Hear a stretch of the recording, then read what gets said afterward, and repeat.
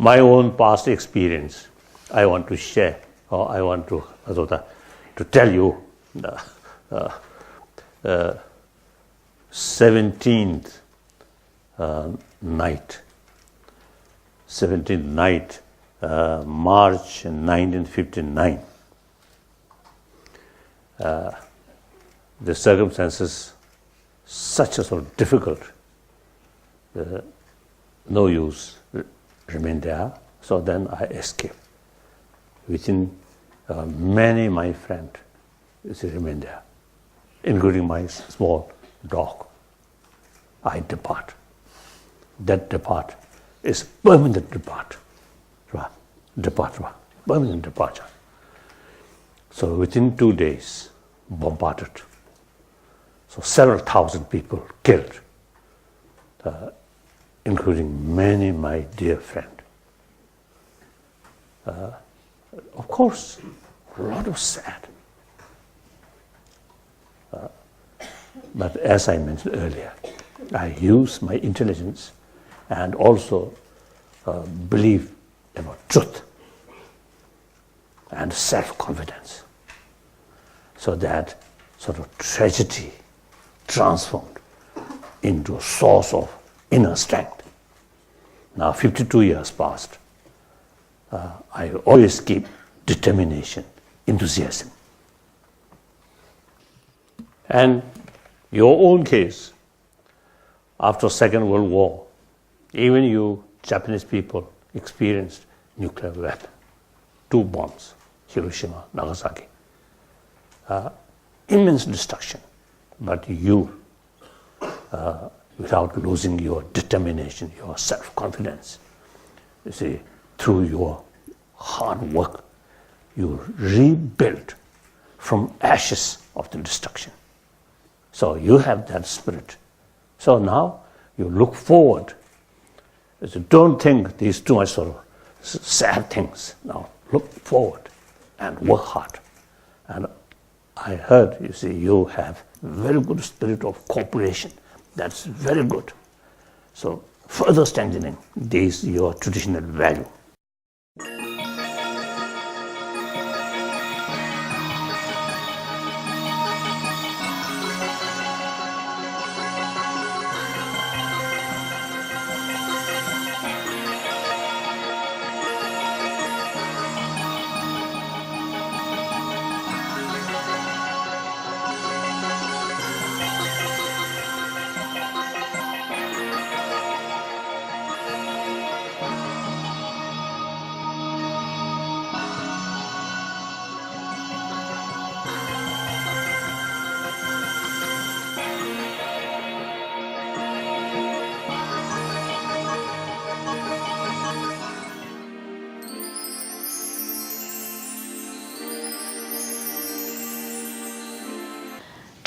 September, that is Friday, 13th day of the 8th lunar month.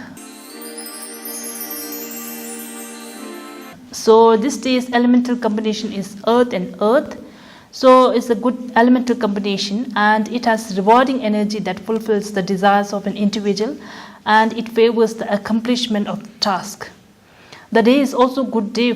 The day is also good for putting up prayer flags and wedding ceremonies, religious activities, dealing business, taking of journey for business matters, laying foundation for house, and good day to give feast to others.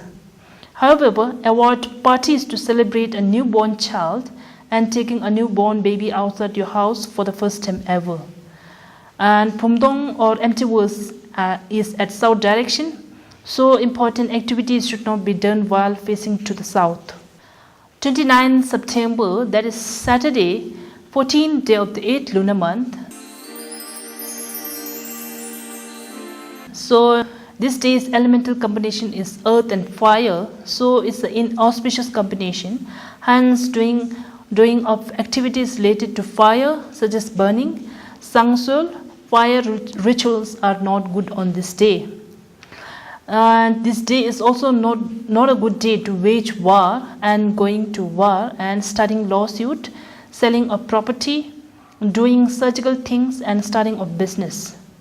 Pumdong or empty verse is at south direction, so important activities should not be done while facing to the south. 30th September, that is Sunday, 15th day of the 8th lunar month. And this day's elemental combination is fire, fire until 10 a.m. It's a good combination, and such combination gives prosperity and encourages the gaining of food and clothing. It's a good time for putting up prayer flags, good for trade, planting seeds, and invoking Well Daddy, meeting of influential people during the morning time. But after 10 a.m., the elemental combination changes to fire and water. So it's the unfavorable combination and has the energy of bringing death. So after 10 a.m. it's not a good time for dealing with important assignments, throwing parties among friends, and parties for seeking new relationship. But this is a day of Sojong, thus a good day for generating merits and purify negative deeds. Pumdong or empty verse is at south direction, so important activities should not be done while facing to the south.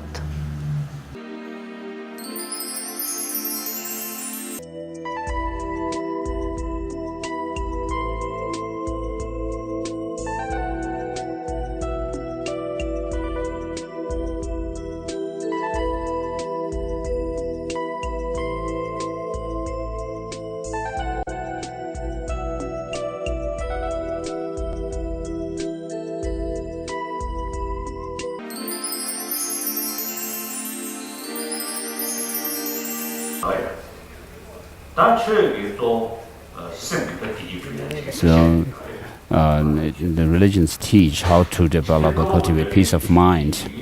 The theistic religions,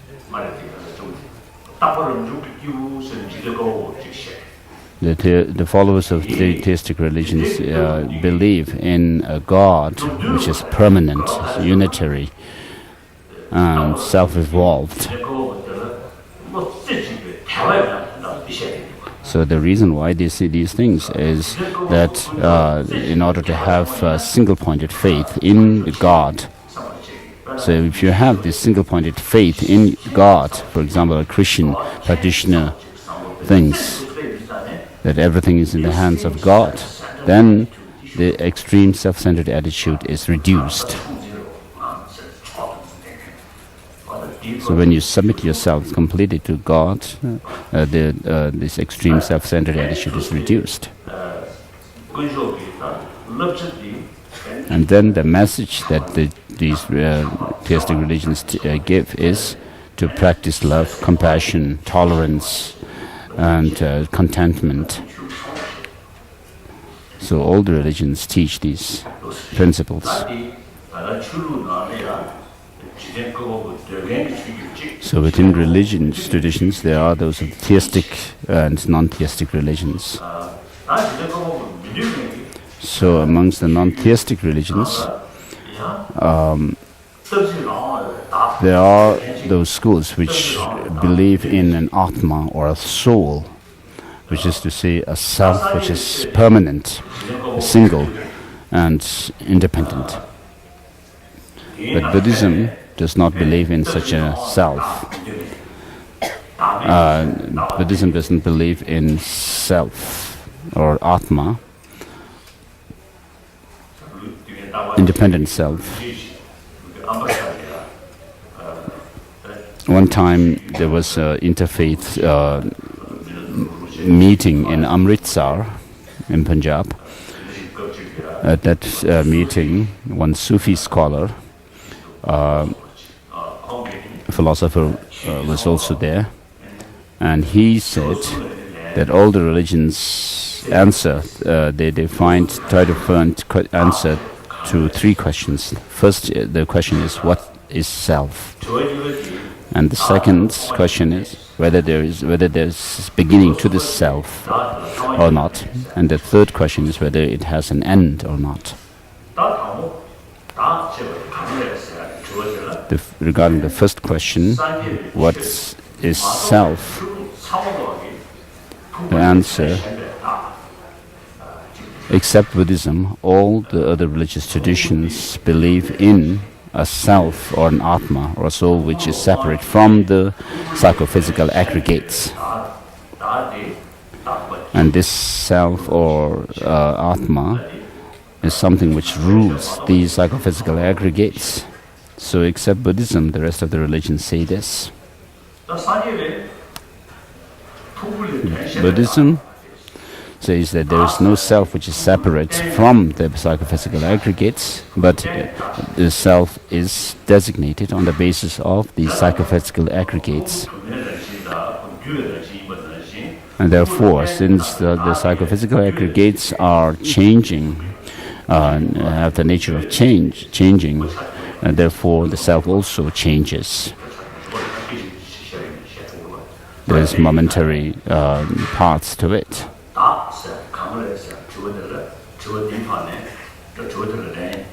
So when you answer this first question, you can categorize the religious traditions of the world into two groups. Buddhism, on the one hand, says there is no self which is separate from the body and mind, and the other religions say there is a self or an atma or soul separate from the mind and body.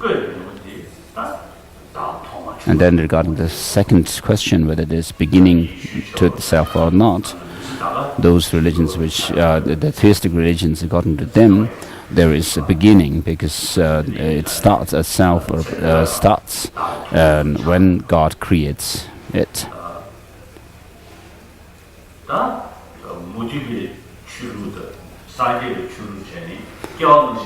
And then there are certain religions, non-Buddhist and then Buddhism, which believe in past and future lives. So within this, again, there are some who say that everything is created by Brahma. But in Buddhism, when this question is asked, whether this is beginning to the self or not, to answer this, you first examine the body and the mind, the psychophysical aggregates, whether these have a beginning or not. And mainly, there is the mind. So, of these aggregates, the main thing is that of the mind, and you have to check whether the mind has a beginning or not. So if you were to posit a beginning to the mind, then you would have to actually say that the mind has come from something which is not mind, some kind of an inanimate thing. It's not possible for mind to have as its primary substantial cause something which is not mind. And also mind cannot be a substantial cause of matter.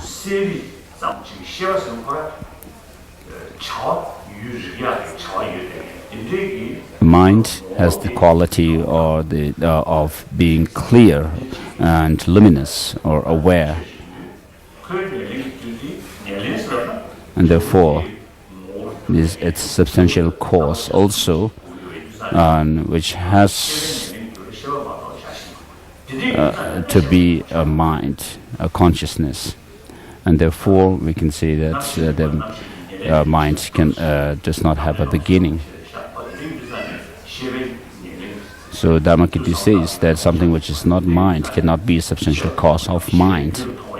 And therefore, since the continuity of the mind has no beginning, therefore a self which is designated on that basis of the mind, on the basis of that mind, also cannot have beginning. So why that is so? The answer is its nature. So in Buddhism we talk about the four different reasonings. The reasoning of functionality of things, reasoning of dependency, reasoning of logical arguments, and So to have this latter one, we can use the idea of the functionality of things and the dependency of things. And so causes and conditions give rise to their effects. So the effects depend on their causes and conditions. So causes are said to be those which help, and the their effects are said to be those which are helped.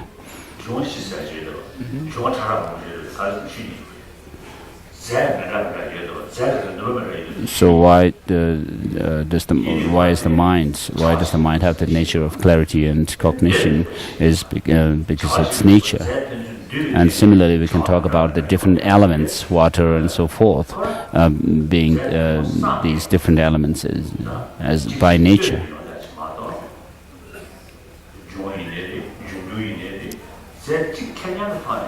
So whether you talk about one kind of an element or a ram, like water or wind, they come together and then give rise to the effects.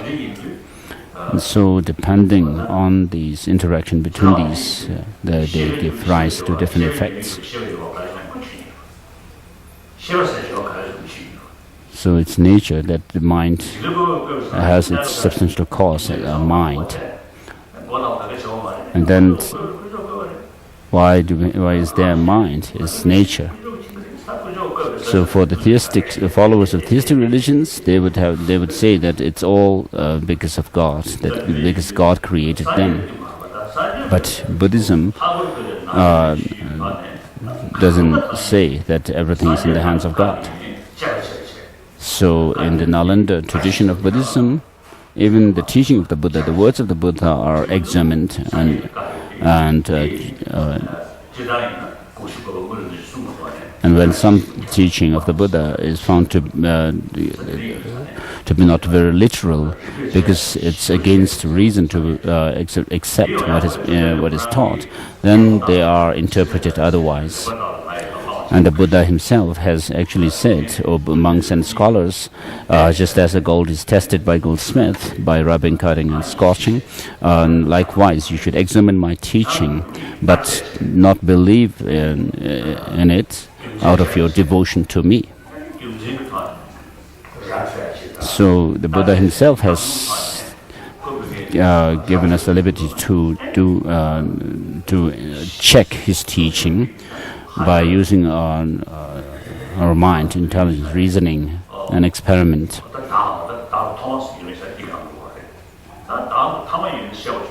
And so, because the continuity of the mind has no beginning, therefore we say a self has no beginning. And then regarding the third question, whether it has an end or not, of course, within Buddhist philosophical thought, there are some who say that at the end, when you become an arhat and you die, the continuity of the mind ceases. But then Nagarjuna says that there is no powerful antidote or counter factor which can actually annihilate the mind completely. Of course, the material and the matters and the mind are opposite. But then, but if you were to say that at the end of your having after having attained arhatship, nirvana, and then when you die, if there's nothing left, then you would have to say that that which actually attained this nirvana without remainder is not there. When it's attained, the person is not there. So in other words, generally speaking, Buddhism does not believe in the end of itself.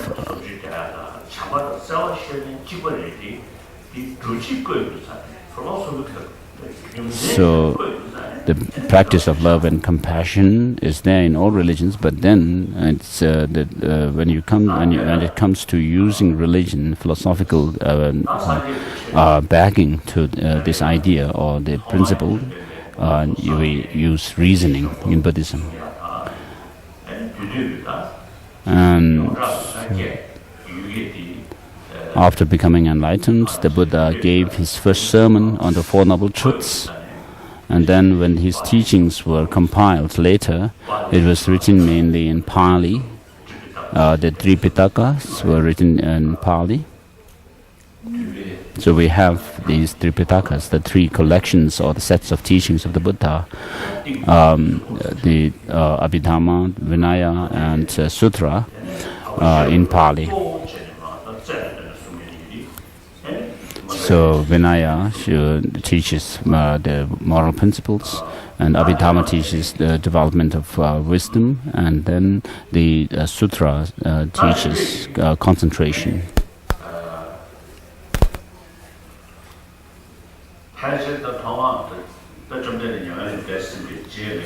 So after the death of the Buddha,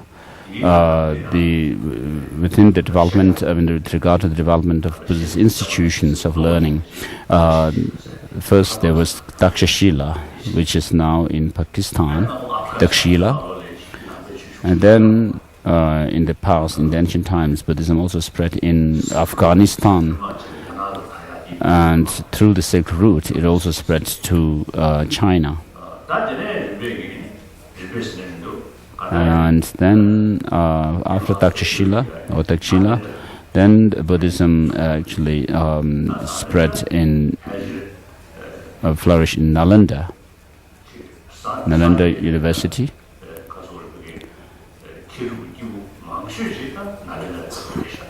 From where many most of the great masters of Buddhism actually were produced. So Nagarjuna, Sangha and so forth came from that institution, Nalanda. So for several centuries, Nalanda produced these great scholars. So I have written a supplication to the 17 Nalanda masters. So all these masters have written the major classical texts teaching the extensive and the profound paths. And then later it also spread to Vikramalashil. And in Tibet, Buddhism was started by Master Chandarakshita, the great abbot. He gave the monastic vows, ordination, novice vows, and which pertains to the practice of the monastic discipline, Vinaya. And also Chandarakshita took responsibility to the project of translating the Indian text into Tibetan. And then to support the Master Chandarakshita, Guru Padmasambhava came to Tibet to overcome the negative forces which were hindering the spread of the Dharma, Buddhism in Tibet.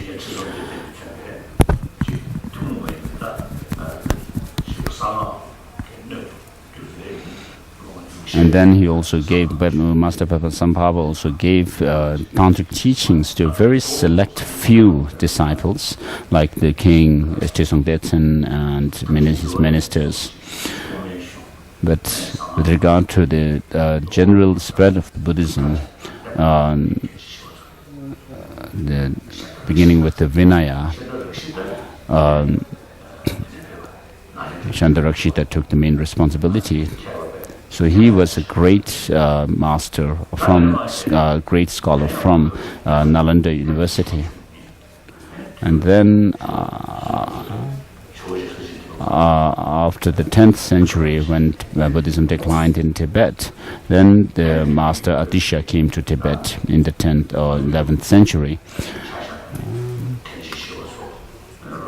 And so, with regard to the Tibetan traditions of Buddhism, we have Nyingma, which started with Chandrakshita and Gurukam Sambhava, and then the new translation schools like Kagyu, which started with Marpalotawa, who studied under masters like Naropa, who was also from Nalanda University.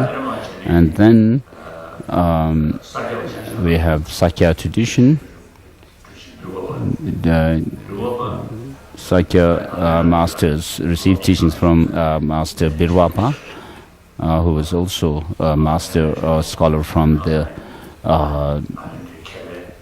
Nalanda University. So he was known as Dharmapala in Nalanda. And then with regard to Kadamb school of Buddhism in Tibet, it started with Atisha.